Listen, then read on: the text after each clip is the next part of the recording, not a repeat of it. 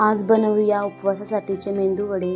तर चला, यासाठी लागणारं साहित्य: उकडलेले बटाटे, मिरचीचा ठेचा, साबुदाण्याचं पीठ आणि भाजलेल्या शेंगदाण्याचा कूट. तर प्रथम एका बाउलमध्ये साबुदाणा पिठामध्ये आपण उकडलेले बटाटे किसून घ्यायचे.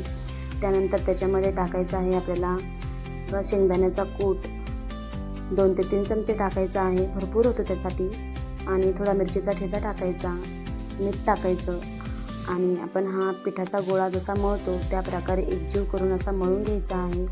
खूप छान पद्धतीने इझिली मळला जातो, पण पाण्याचा थोडाही वापर करायचा नाही. पाण्याचा वापर जर केला तर मेंदू वडे तुटू शकतात. तर बघा, ह्या प्रकारे आपलं पीठ मळून झालेलं आहे. ते 15 ते 20 मिनिटाकरता झाकून ठेवायचे. त्यानंतर कढईमध्ये तेल तापत ठेवले होते. अशा प्रकारे मी एक मेंदूवडा थापून घेतला. ज्या प्रकारे आपण मेंदूवडे करतो त्याच प्रकारे थापून घ्यायचे.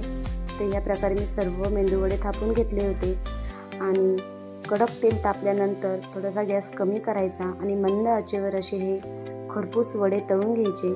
बघा, ह्या पद्धतीने मी तळून घेतलेले आहे. बाहेरून एकदम क्रंची, आतूनही एकदम सॉफ्ट असे हे मेंदूवडे होतात. उपवासासाठी होणारा झटपट पदार्थ आहे. तुम्हाला मी दाखवते कशा पद्धतीने तो झालेला आहे. खूप छान पद्धतीने आणि पटकन होणारा पदार्थ आहे उपवासासाठीचा.